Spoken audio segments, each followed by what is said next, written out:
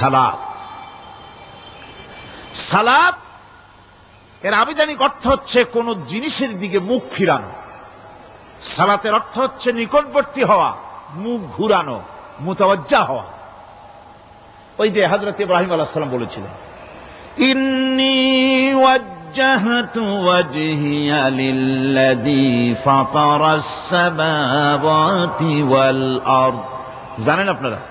পড়েন, ইন্নী ওয়াজ্জাহতু ওয়াজহিয়া লিল্লাযী ফাতারাস সামাওয়াতি ওয়াল আরদা হানিফা ওয়া মা আনা মিনাল মুশরিকিন। নিশ্চয় আমার মুখ ঘুরায় দিলাম। কার দিকে? যিনি আকাশ এবং জমিনের স্রষ্টা, সব কিছুর মালিক যিনি, তার দিকে আমি মুতাওয়াজ্জা হলাম। নামাজের অর্থই হচ্ছে মুতাওয়াজ্জা হওয়া, মুখ ঘুরিয়ে দেওয়া, চেহারা ঘুরিয়ে দেওয়া। আর নামাজের আরেক অর্থ হচ্ছে নিকটবর্তী থেকে আরো নিকটবর্তী হওয়া। আল্লাহ রাব্বুল আলামিন বলেন, নিকটবর্তী হতে হলে ওয়াসজুদ ওয়াকতারিব, সেজদা দাও আর সেজদার মাধ্যমে আমার নিকটবর্তী হয়ে যাও। সেজদা দিলেই আল্লাহর নিকটবর্তী হওয়া যায়। কোন সুবহানাল্লাহ। সাহাবী, আল্লাহ নবীর সাহাবী প্রশ্ন করেছেন, নবীজি, বান্দা কখন আল্লাহর নিকটবর্তী হয়ে যায়? নবীজি বলেছেন, বান্দা যখন সেজদা দেয় তখন আল্লাহর বান্দার মাঝে কোনো হিজাব থাকে না, একদম আল্লাহ পাকের নিকটবর্তী হয়ে যায় বান্দা যখন সেজদায় পড়ে যায়। সুতরাং নামাজ হচ্ছে নিকটবর্তী হওয়া, সালাত এটা হচ্ছে নিকটবর্তী হওয়া। নামাজ ফরজ হওয়ার কারণ হচ্ছে এই যে মানুষ আল্লাহর বান্দা বা গোলাম হিসেবে সৃষ্টি হয়েছে, তাই একমুখী হয়ে রবের বন্দিগি করা এটা হচ্ছে তার স্বাভাবিক একটা প্রকৃতি। আল্লাহ রাব্বুল আলামিন এই প্রকৃতির দাবি মিটাবার জন্যই নামাজের ব্যবস্থা করেছেন। মানুষের ফিতরত, মানুষের নেচার, মানুষের ফিতরত হচ্ছে এই যে কারো না কারো কাছে মাথা নত করা, হাত জোড় করা, মাথা নত করা, সার্বভৌমত্বের মালিক কাউকে মনে করা। হাত জোড় করতে হলে, মাথা নত করতে হলে, সার্বভৌমত্বের মালিক হিসেবে কাউকে গ্রহণ করতে হলে আল্লাহর বিকল্প কেউ আছে নাকি?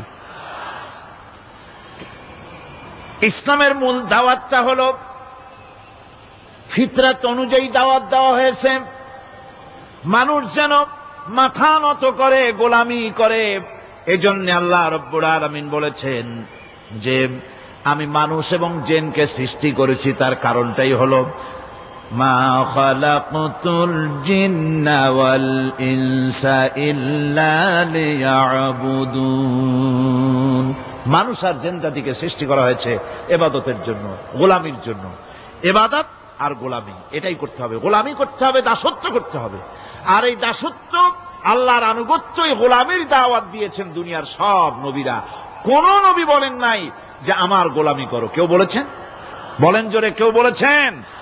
আল্লাহ পাক বলেন, ওয়ালাকাদ বা'আসনা ফি কুল্লি উম্মাতির রাসূলা আন ইবুদুল্লাহা ওয়াজতানিবুত তাগুত।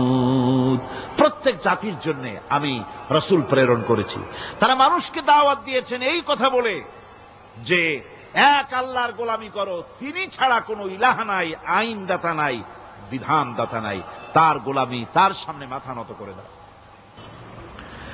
নামাজ হচ্ছে তাওহীদের অবশ্যম্ভাবী এক বহির্প্রকাশ। তাওহীদের জন্য তাওহীদবাদী মানুষ যারা, তাদেরকে নামাজ আদায় করতেই হবে। আকীদা বিশ্বাসের দিক থেকে তাওহীদ যদি হয় পুরা দ্বীনের মূল উৎস, তাহলে আমলের দিক থেকে নামাজ হচ্ছে পুরা দ্বীনের মূল ভিত্তি। নামাজ হচ্ছে আমলের মূল ভিত্তি। এর বাস্তবায়ন ছাড়া দ্বীন পূর্ণ হয় না। নামাজ মুমিনের কেবলমাত্র একটি উত্তম আমলই নয়, বরং নামাজ হচ্ছে ইমানের মূল ভিত্তি। যার কাছে নামাজ নাই তার কাছে কিছুই নাই। রাসূল করিম সাল্লাল্লাহু আলাইহি ওয়াসাল্লাম বলেছেন যে নামাজ যে ব্যক্তি পড়ে না, আল্লাহ পাকের সাথে তার কোনো সম্পর্ক বাকি থাকে না। সুতরাং এই নামাজটা হচ্ছে এই যে একমাত্র একাগ্র চিত্তে আদবের সাথে আল্লাহর সামনে রুজু হয়ে যাওয়া। কোরআনে কারীম বলছে মুনিবিনা ইলাইহি ওয়াত্তাকুহু ওয়া আকিমুস সালাতা ওয়া লা তাকুনু মিনাল মুশরিকিন। তোমরা আল্লাহর দিকে রুজু হয়ে যাও এবং তাকে ভয় করে অন্যায় কাজ থেকে বিরত থাকো, আর নামাজ কায়েম করো, মুশরিকদের অন্তর্ভুক্ত হয়ে যেও না। নামাজ কায়েম করা, নামাজের আদেশ কোরআনে কারীমের মধ্যে আল্লাহ পাক বহু জায়গায় করেছেন। ঈমানের পর নামাজই হচ্ছে সবচেয়ে বড় জরুরি। একজন মানুষ ঈমান আনলো, যেমন কালকে একজন ঈমান এনেছে, ঈমান আনার সাথে সাথে তার প্রথম কাজ কি বলুন? বলেন প্রথম কাজ কি? ফজরের নামাজের আগে একজন ইসলাম কবুল করলেন, তার প্রথম দায়িত্ব নামাজকে আদায় করে দেওয়া, ফজরের নামাজ পড়াম। জোহরের আগেই কেউ ঈমান আনলো, তার প্রথম দায়িত্ব জোহরের নামাজ আদায় করা। আসরের নামাজের আগে ঈমান এনেছে, তার প্রথম দায়িত্ব হলো আসরের নামাজ আদায় করা। তার মানে হলো ঈমান আনার পর একজন ঈমানদারের প্রথম দায়িত্ব হচ্ছে নামাজ। গুরুত্বপূর্ণ বিষয়, খুব ভালো করে শুনতে হবে, ইয়াদ রাখতে হবে প্রত্যেকটি মুসলমানের। এই নামাজ কি জিনিস, কেমনে আদায় করতে হবে, আদায় না করলে কি হবে, গুরুত্বপূর্ণ এই কথাগুলি প্রত্যেকের স্মরণ রাখতে হবে।